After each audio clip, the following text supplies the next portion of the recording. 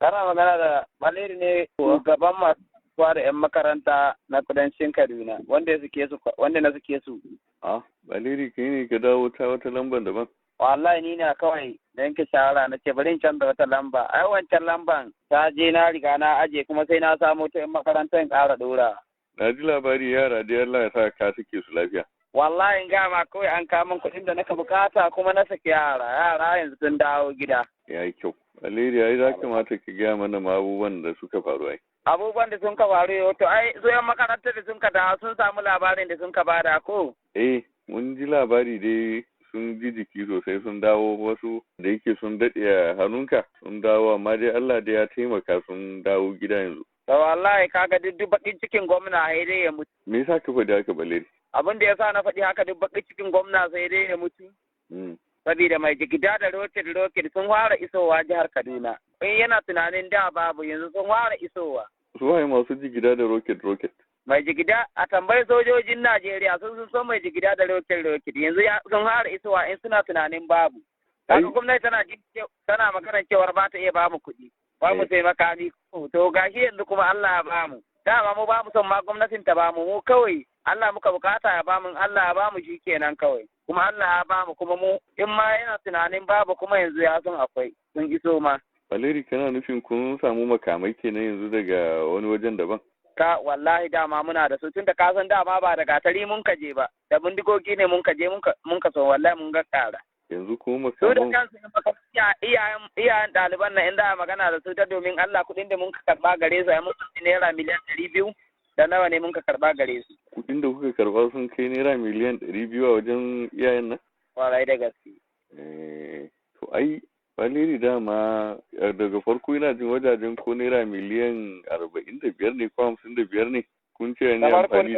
yawaye na farkon na yi amfani da su ne wajen abinci kawai ko garin kwaki kace a lokacin. Wallahi garin kwaki miliyan 47 ne da 500 an ka kawo da farko.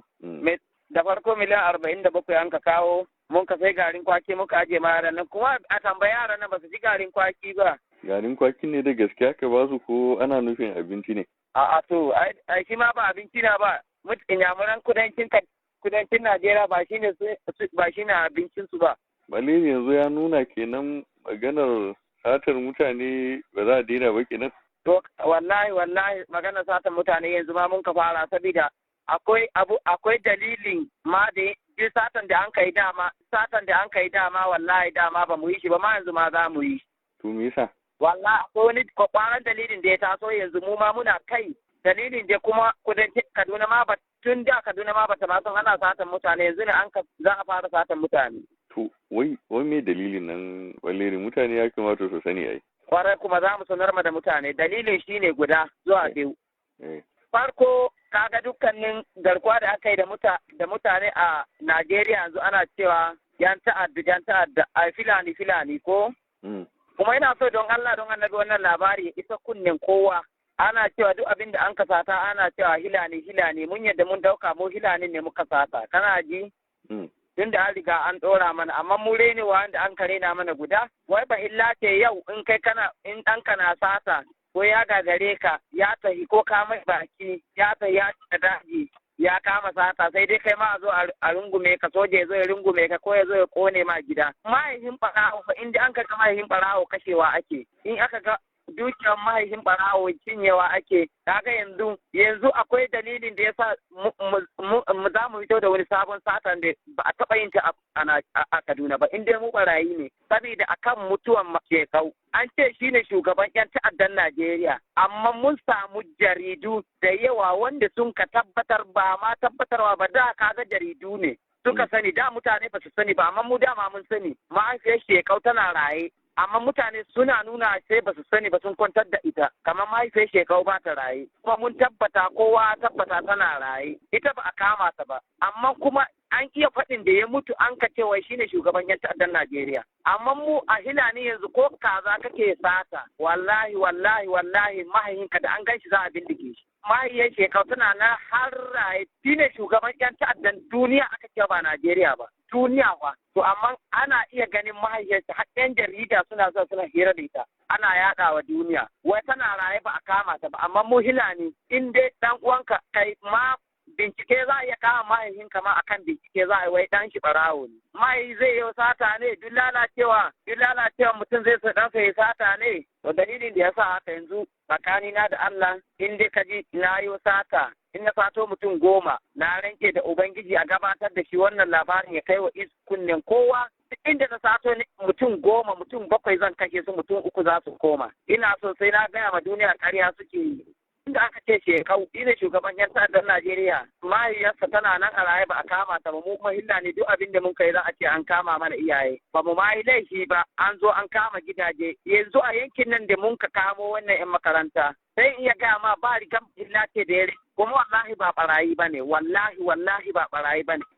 wallahi ba barayi ko gidan barawa guda wallahi ba kona ba amma duk ɗan bahillacin da yake kudancin Kaduna ba gidan da an ka rage wallahi ba gidan da an ka rage kuma da an ka kone su mun daina satan ne ba abun da aka yi dama yanzu ba a yi shi ba. Wani abun da ake nufi abun yana karewa kan mutane ne waɗanda wasu ma talakawa ne ba su da wani abu kuma na san su ma suna jin tsoron ku ba wai laifi suke muku ba watakila inda ma za ku zauna za su iya taimakon ku su waɗannan mutanen da kuke kamawa da. Ka san Allah in zan ga maka wata magana na ranke ma da Ubangiji cikin mutanen da an ka gona ma gida tun kakan farko na ranke ma da Ubangiji. A kudancin Kaduna na ranke da Allah kaga ba tsoron ka nake ba tsoron wani kilika bukatu nake ji ba na ranke ma da girman manzon Allah tun da ake kone a kudancin Kaduna wallahi in an kona gidan barawo bai wuce gida ɗaya wanda an ka kona gidan wanda za a ce barawo ne dan ta'adda ne wallahi gida guda ne kuma gida gudan nan akwai tabbacin gidan barawo ne saboda an dauki kaki a gidansa kuma ranar nan barayin nan sun je titi sun yi sata da daddare sun kashe sojoji guda 2 a kudanci a bisa hanya Abuja sun yau sammako suka dawo sojoji suka biyo ba suka zo gidan shi suka kone wallahi a kudancin Kaduna duk gidajen da an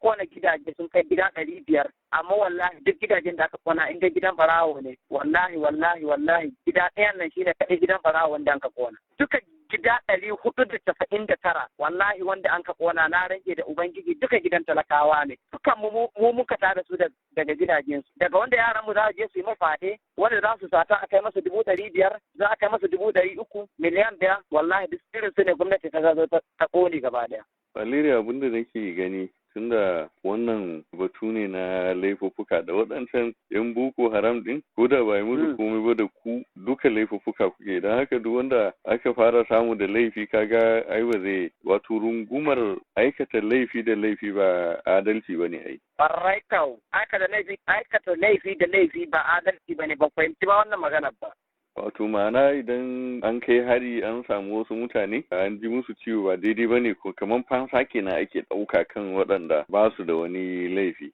Kuma sannan yau wato ina jin ka na ji kamar kana da amsar wannan tambayar.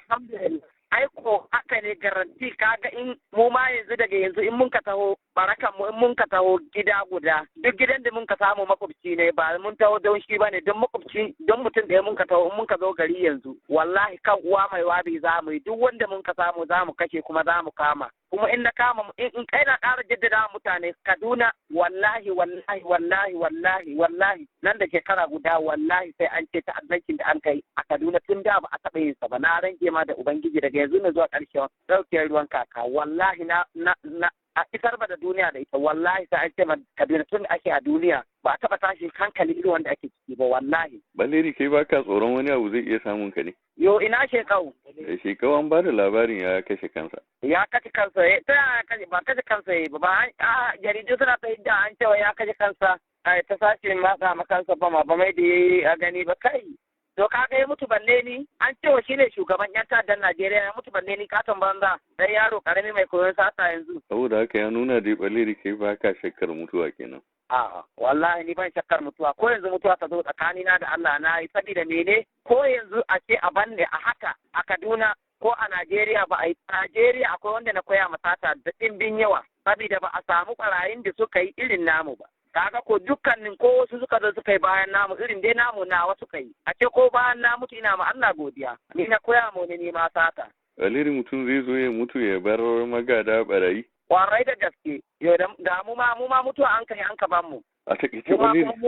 ina ji. Mu ma muna fata in mun ka mutu mu ban na karkashin mu ma su kai ba mu son mu zanna ma lahiya Kaduna. kuma wallahi abin da muka yi yanzu wallahi sai na karkashin mu sun taso ce ma ba mu komai ba. Wato ni dai ina kamar haushin wannan abinda gwamnatin Kaduna ta Malam Nasiru El-Rufai ko matakin da ta ɗauka na san ba za a ba ku kuɗin fansa dinnan ba shi yasa kuke ta ninninka waɗannan hare-haren. Wallahi ka san Allah akan wannan maganin karanti tana ƙara mana ciwon zuciya sai ne wai sabida abin da take ba mu haushi wai shi ba zai ya tabbata na shi ba su bi dan El-Rufai na zan iya rantse ma wallahi tun da ya hau gwamna bai wuce dirga dan sabbin daga Abuja zuwa Kaduna tsakanin bin motar sai shiga motar zuwa Abuja tsakanin Kaduna da Abuja. Bai wuce dirga zuwan ba. Nan sa dai yayi da jirgin sama. Amma wai har ya iya wasa da talakawa, ya iya wasa da zuciyar talakawa wanda zai iya magana da su wai kar a bada kuɗi. Kuma talakawa na wannan bala'i a kansu yake. Tun da shi dai yana tunanin nahi ba su kamu ko to kuma talakawa su kamata in shi mahaukaci ne ba su kamata ba su kuma su ɗauki haukar tashi su dora ma kansu tun da sun san duk da abin da aka yi a kansu zai kare to kaga sun biya mai ai sun yarda da wannan magana da yi. Waliri da Allah faɗa mana waɗanne hanyoyi za a bi a sulhunta da ku idan da akwai makiyaya ne da sauransu gwamnati ta ce za ta dawo da ruga ba ruga ba kai gwamnati za ta dawo da burtalin shanu za ta yi mashayar dabbobi za ta ɗau matakai za ta gyara komai. Ni kana ji ko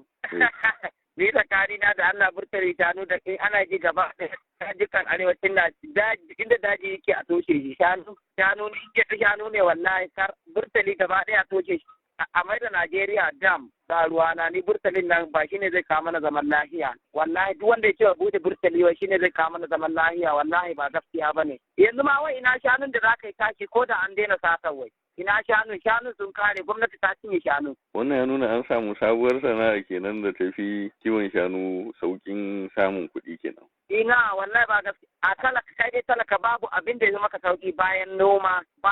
da kiwo. To dole ne ta samu dole ne mu koma wannan ta'addanci gwamnati tu ba mu sata gwamnati ta zo ta sanya mu sata dole tunda ta kama man shanu ta daɗa kamawa ko ni shanun da an ka kama man wallahi sun fi nagge 1,000 wallahi nagge ta ce wallahi ba nauni ba kuma wallahi daga ce shanun nan wallahi in akwai shanun sata wallahi